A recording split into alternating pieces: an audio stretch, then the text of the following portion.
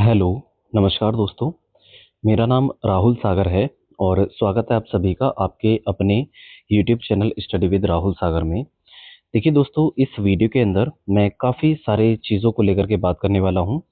वो टॉपिक्स या वो चीज़ें क्या-क्या हैं, उनको सबसे पहले हम बात कर लेते हैं। जैसे आपने देखा होगा कि टीजीटी के रिजल्ट्स अभी पेंडिंग में हैं और डीएसएसबी के द्वारा काफ़ी बार बच्चों को बहकाया गया था।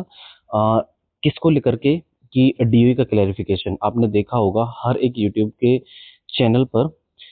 जो भी डीएसएसबी से जुड़े हुए हैं वो डीओई के क्लैरिफिकेशन को लेकर के बात कर रहे हैं। ये डीओई का क्लैरिफिकेशन किस चीज़ को लेकर के है, ये क्लैरिफिकेशन है क्या, इसके बारे में बात करेंगे। और साथ ही साथ एक और मुद्दा है सीटेट के स्कोर का इशू वाला मुद्दा, जो इसी से जुड़ा हुआ है डीओई के क्लैरिफिकेशन से। सीटेट के स्कोर वाले इशू का क्या मुद्दा है उसको भी जानेंगे।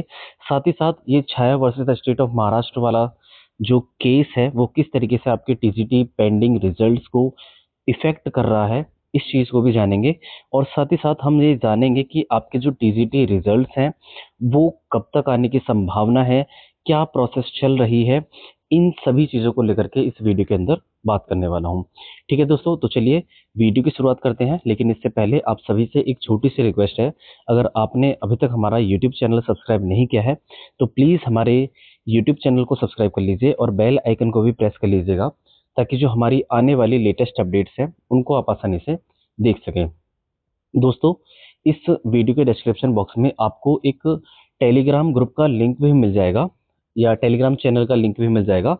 आप चाहें तो उसे भी फॉलो कर सकते हैं। आप यकीन मानिए वो टेलीग्राम चैनल आपके लिए बहुत बेनिफिशियल होने वाला है, क्योंकि उस टेलीग्राम चैनल के अंदर हम आपको डीएसएसबी के द्वारा प्रोवाइड कराई गई हर एक ऑफिशियल अपडेट को, हर एक अनऑफिशियल अपडेट को, साथ ही साथ ऐसी कोई भी इंफॉर्मेशन जो हमें हमारे सीक्रेट रिसोर्सेज के थ्रू मिलती है तो उसे आपको सबसे पहले वहीं पर मैं प्रोवाइड कराता हूं, तो आप उसे ज्वाइन कर लीजिए।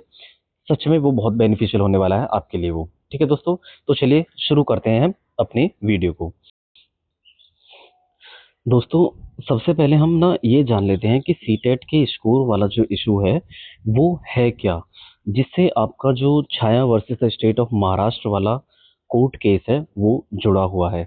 देखिए, अभी इसी कोर्ट केस के अंदर एक नया ऑर्डर दिया गया है जो सीटेट के स्कोर का इशू वाला ही एक वर्डिक्ट बोल सकते हैं, ऑर्डर आया है। अच्छा, ये ऑर्डर है क्या? ये एक नया ऑर्डर है। इस ऑर्डर में सुप्रीम कोर्ट के द्वारा क्या कहा गया है? सुप्रीम कोर्ट के द्वारा ये कहा गया है कि अगर कोई भी रिजर्व्ड कैटेगरी का कैंडिडेट कौन? जैसे आपका एससी हो गया, एसटी हो गया, ओबीसी हो गया, ठीक है, पीडब्ल्यूबीडी कैटेगरी से हो गया। अगर वो कैंडिडेट अपना सीटेट अपनी कैटेगरी में पास करते हैं, अपनी कैटेगरी में मतलब आपको सभी को पता होगा कि जनरल कैटेगरी के लिए जो सीटेट के क्वालिफाइंग जो मार्क्स होते हैं वो 90 होते हैं, और जो ओबीसी एसटी हैं और एससी है उनके लिए थोड़ा कम मार्क्स होते हैं, आई थिंक 82 मार्क्स होते हैं। अगर उन लोगों ने, यानी कि रिजर्व्ड कैटेगरी के कैंडिडेट्स ने, अगर सीटेट अपना अपनी कैटेगरी में पास किया है तो वो फिर भी, अगर वो लोग सीटेट क्वालिफाई करने के बाद अगर वो बाद में किसी वैकेंसी में अप्लाई करते हैं और उस वैकेंसी में अप्लाई करने के बाद अगर वो जनरल कैटेगरी के बराबर व या फिर उससे ज़्यादा अंक लेकर के आ जाते हैं तो उन्हें फाइनल मेरिट में अगर वो जनरल कैटेगरी के बराबर या उससे ज़्यादा अंक लेकर के आ जाते हैं तो उनको जनरल सीट पाने का हक होगा।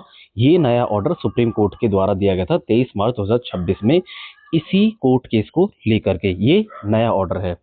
ठीक है, सुप्रीम कोर्ट के द्वारा जो दिया गया है। अच्छा, ये तो अब नया ऑर्डर आया है, लेकिन इससे पहले ये क्या व्यवस्था चल रही थी? पहले व्यवस्था ये थी कि अगर कोई भी कैटेगरी का कैंडिडेट, मतलब कोई भी रिजर्व्ड कैटेगरी का कैंडिडेट, वो ही एससी एसटी या ओबीसी या पीडब्ल्यूबीडी कैटेगरी से, अगर किसी ने अपना सीटेट पास किया है अपनी रिजर्व्ड कैटेगरी से, तो वो कैंडिडेट जो फाइनल मेरिट में अगर वो जनरल कैटेगरी, अगर किसी वैकेंसी वो फिल करता है, कोई वैकेंसी मान के चलिए डीएसएस में फिल की उसने, और वो फाइनल मेरिट में क्या करता है, जनरल कैटेगरी के बराबर या उससे अंक ले लेता है, तो वो जनरल कैटेगरी की जो सीट्स है वो पाने का हकदार नहीं होगा। ये पुरानी व्यवस्था चल रही थी क्योंकि उसने सीटेट के अंदर ही अपने रिजर्वेशन का जो फायदा था, जो लाभ था, वो ले लिया है। ये पुरानी व्यवस्था चल रही थी क्योंकि पुरानी व्यवस्था के अकॉर्डिंग क्या था कि वो अ, अब आगे यानी कि फाइनल मेरिट में यूआर कैटेगरी की यानी कि ओपन कैटेगरी की सीट को नहीं प्राप्त कर सकता है। लेकिन इस नए ऑर्डर में क्या कहा गया है, इस नए ऑर्डर में ये कहा गया है कि जो आपका सीटेट है वो एक एलिजिबिलिटी एग्जाम है या आपकी एक पात्रता परीक्षा है, जिसको आपको फाइनल मेरिट वाले अंक से नहीं जोड़ना चाहिए। दोनों चीजें अलग हैं। फाइनल मेरिट अलग है और जो आपका सीटेट यानी कि कोई भी टेट है या कोई भी पात्रता परीक्षा है, वो दोनों पॉइंट अलग अलग माने हैं इस नए सुप्रीम कोर्ट के ऑर्डर के द्वारा। ठीक है, तो ये आपका सीटेट के स्कोर का इशू यही है। और साथ ही साथ आपका जो 6 versus the state of Maharashtra इसी कोर्ट या इसी स्टेट सीटेट के स्कोर के इशू को लेकर के था। ठीक है, और इसका नया ऑर्डर ये था और पुराना जो व्यवस्था थी वो मैंने आपको बता ही दी है। यही सभी वो पॉइंट्स है जिसकी वजह से आपके टीजीटी के रिजल्ट्स रुके हुए हैं, क्योंकि आप सभी को पता है कि जिन जिन पोस्ट में सीटेट मांगते हैं, जैसे आपका पीआरटी हो गया उसमें सीटेट मांगते हैं, एनटीटी हो गया उसमें आपका सीटेट मांगते हैं, और साथ ही साथ आपका टीजीटी हो गया उसमें भी सीटेट मांगते हैं। जिन भी पोस्ट में या जिन भी वैकेंसी में आपका सीटेट एप्लीकेबल होता है, उनके रिजल्ट्स अभी रुके हुए हैं। जैसा कि आपने देखा कि टीजीटी के जो रिजल्ट्स हैं वो अभी भी रुके हुए हैं। ठीक है ना, तो जहां पर भी ये सारी चीजें या आपका सीटेट का स्कोर मांगा जाता है जिसकी वजह से आपके टीजीटी के रिजल्ट रुके हुए हैं, ये सारा मुद्दा था। अब ये बात कर लेते हैं कि ये जो नया ऑर्डर आया है, काफी बच्चों के क्वेश्चन मेरे से आ रहे थे, कमेंट सेक्शन में पूछ रहे थे कि सर ये जो आपका नया ऑर्डर आया है, सुप्रीम कोर्ट के द्वारा जो ये नया ऑर्डर दिया है, क्या वो अपकमिंग वैकेंसीज पर लागू होगा या फिर वो जो ऑनगोइंग वैकेंसीज है उन पर लागू होगा या फिर वो जो पिछली वैकेंसी जा चुकी है उन पर लागू होगा? देखिए, मैं आपको सिंपल सी भाषा में बताता हूँ। सुप्रीम कोर्ट के द्वारा ये खुद कहा गया है कि अगर नए आरआर बनते हैं या आपके रिक्रूटमेंट रूल्स में अगर कोई भी मॉडिफिकेशन होता है, तो वो मॉडिफिकेशन केवल और केवल अपकमिंग वैकेंसीज के लिए होता है, ना कि ऑनगोइंग वैकेंसीज के ऊपर, यानी कि जो चल रही वैकेंसीज हैं उनके ऊपर भी नहीं होता है, और ना ही जो पहले वैकेंसीज हो चुकी हैं उन पर ये एप्लीकेबल नहीं होता है। तो आपका जो ये नया ऑर्डर है, अच्छा, हालांकि ये चीज़ें अब डिपेंड करती हैं डीओई के ऊपर, डीएसएसबी के ऊपर, कि ये क्या इन वैकेंसीज के ऊपर ये जो नया ऑर्डर है वो एप्लीकेबल होगा, करेंगे या नहीं करेंगे, क्या है, इसी चीज को लेकर के आपका जो डीएसएसबी है उसके द्वारा डीओई से क्लैरिफिकेशन मांगा जा रहा है। क्योंकि आप सभी को पता है कि सीटेट के स्कोर इशू वाले यानी कि इसी सीटेट की क्लैरिफिकेशन को लेकर के एक मीटिंग हुई थी, और इस मीटिंग के दौरान ये जो नया कोर्ट ऑर्डर है उसको मान लिया गया है, उसको क्या है, एक्सेप्ट कर लिया गया है कि क्योंकि ये सुप्रीम कोर्ट का ऑर्डर है तो ये इन सभी को मानना ही होगा। ठीक है ना, तो अब जब ये नया ऑर्डर जब मान लिया गया है तो डीएसएसबी अब इसी चीज को लेकर के रिटन में मांग रहा है, जिसे सीटेट का क्लैरिफिकेशन कहा जा रहा है। अब ये डीओई कब इसको क्लैरिफाई करेगा, कब टीजीटी के रिजल्ट्स आएंगे, अब इन चीजों को देखना बाकी है।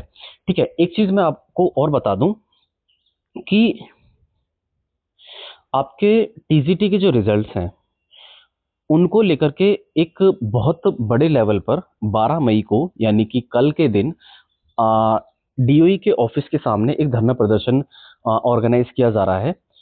ठीक है ना, वो किस चीज को लेकर के कि बच्चों की वहां पर केवल और केवल एक ही मांग है कि डीओई के द्वारा क्लैरिफाई किया जाए कि इस ऑर्डर को कब से मानना है, या मतलब उसको रिटन में डीएसएसबी को रिटन में दिया जाए कि ताकि डीएसएसबी अपना आगे वर्क कर सके, टीजीटी के रिजल्ट्स को निकाल सके। ठीक है ना, तो इसी चीज को लेकर के धरना प्रदर्शन किया जा रहा है, और जब तक ये डीओई क्लैरिफाई नहीं करेगा तब तक आपके टीजीटी के रिजल्ट्स आपको नहीं मिलेंगे।